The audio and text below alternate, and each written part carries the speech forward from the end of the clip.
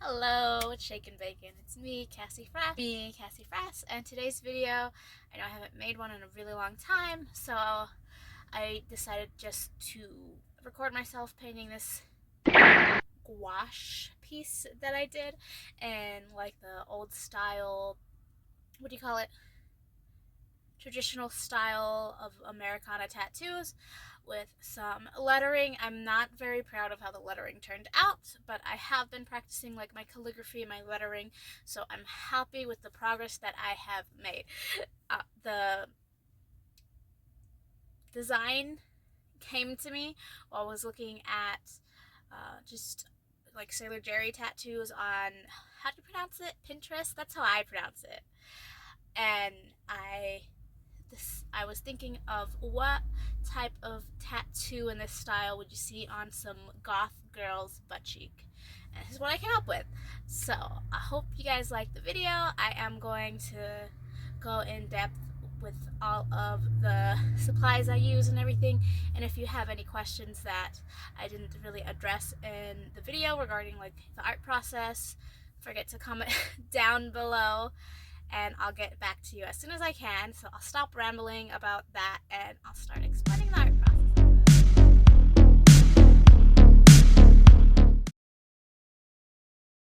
For this old school inspired painting, I used my gouache. I do have several gouache brands of paint in my paint box, but for this painting, I use just Reeves and I use my Urtic paints. My Urtic paints are my favorite.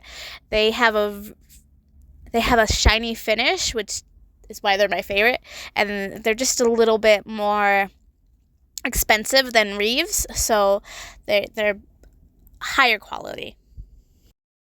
The colors that I used were Permanent White, Cadmium Yellow, Flame Red, and Burnt Umber. Burnt Umber was the only Reeves paint that I used. My apologies, my kitty cat just loves it whenever I bring out my artboard, and so when she sees it, she'll immediately like sit down and ask for loving and attention, even though when I want love and attention, she wants nothing to do with me. She's a very peculiar girl that knows how to set her boundaries and get what she wants.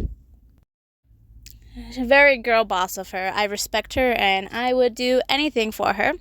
But as I was saying about the Urtic paints, they're very shiny. So even though I mixed the Burnt Umber Reeves paint with the white and cadmium yellow, it still has a shiny finish, which I feel like makes it look very like high class. Maybe one day I'll do a review of them on my channel. We'll see. I'll try and come up with a painting concept where I could use every single color. That's mostly the hard part of like paint reviews like that. The brushes that I'm using, though, they are all synthetic hair round brushes. I purchased them for like $2 at Didi's discount. We love a good clearance sale. I used the size 11, 9, and 7 for the whole painting, which is very nice. I really enjoyed painting with them. Round brushes are very versatile. I used it for like everything.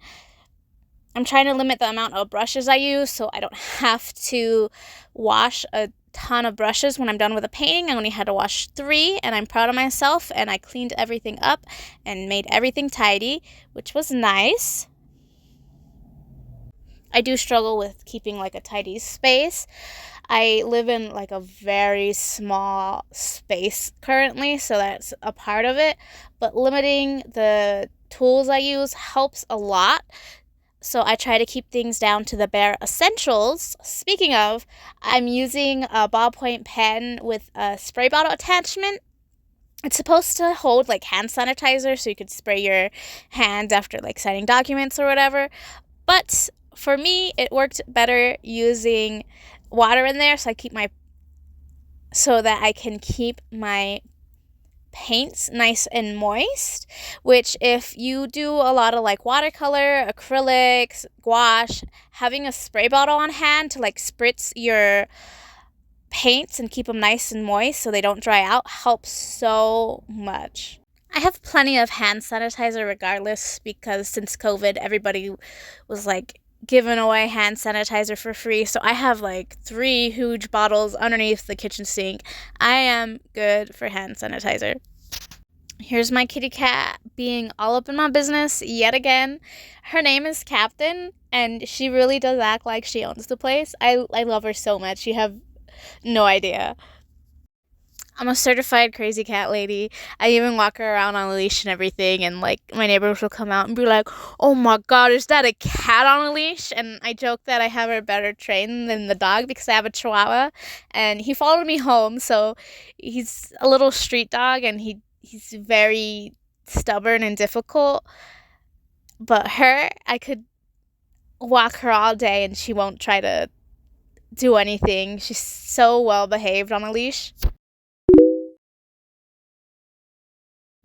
This flower right here, I did not like the way it looked until I lined it, which I find so funny because the skull I thought looked super cool when it was unlined. But the flower, I was just like, oh my God, this looks so nasty. This looks so gross. But, you just have to trust the process. You do things a certain way for a reason. And, like, if you're making something and you feel like, oh, I really don't like how this looks, I think I ruined it, just keep going, okay?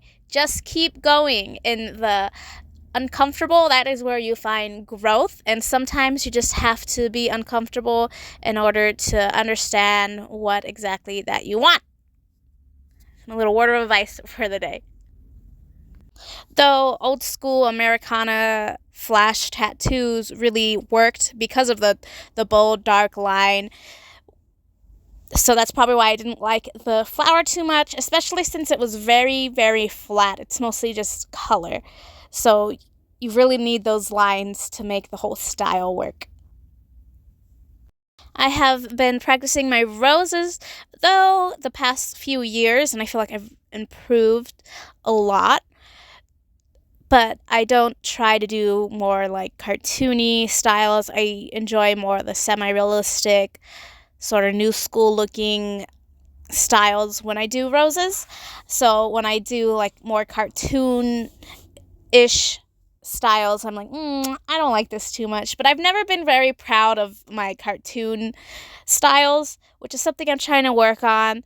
I'm doing a lot of Pokemon drawings to help counteract this, which is fun because I love Pokemon and I hang out with a bunch of kids. Well, I'll babysit, but I call it hanging out. They don't know the difference. We're just having fun. And one way to have fun with kids and not be tired from jumping around all the time is just to draw. So I'll just draw whatever Pokemon they want me to draw, and they think it's cool, and I want to get better, so they think I'm even cooler than they know.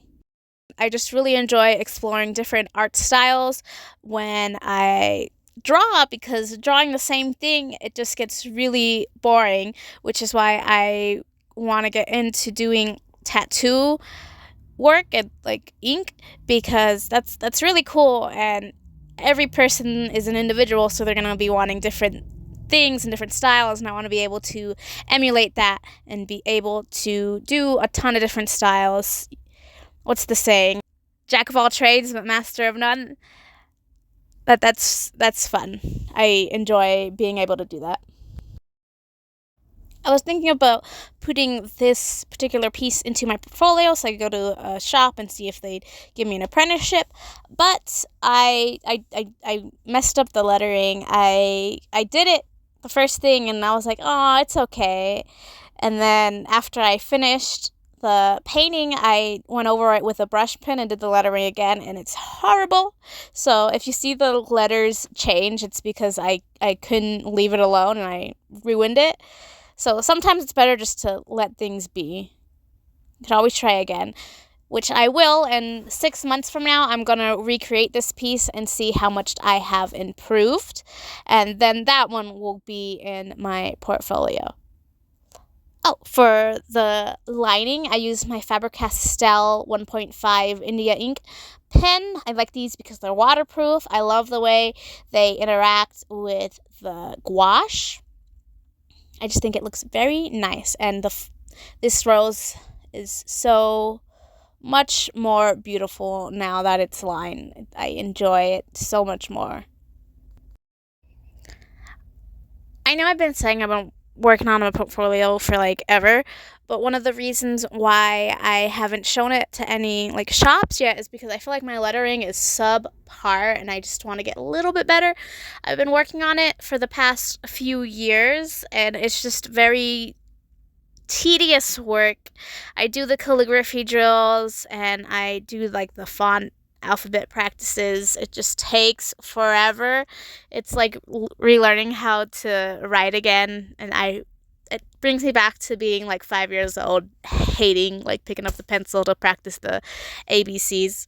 But whenever I babysit my nephew, he's 5, so he'll see me practicing and he goes, "Oh, you're doing your ABCs? Let me do my ABCs." And I feel like a good influence and it keeps me going. It keeps me motivated. So here's some close-up shots of the finished piece. Yes, I did notice that that rose is incomplete. I did fix it. Don't worry. I hope you guys like it. I hope you guys do think you can see this on some goth girl's butt. That's the whole point of this piece. If you guys like it, don't forget to give me a thumbs up, subscribe if you want to see more. I thank you for sticking around this long, and don't forget to leave a comment about anything you like, or if you have any questions, don't be afraid to ask. I'll see you later, graders.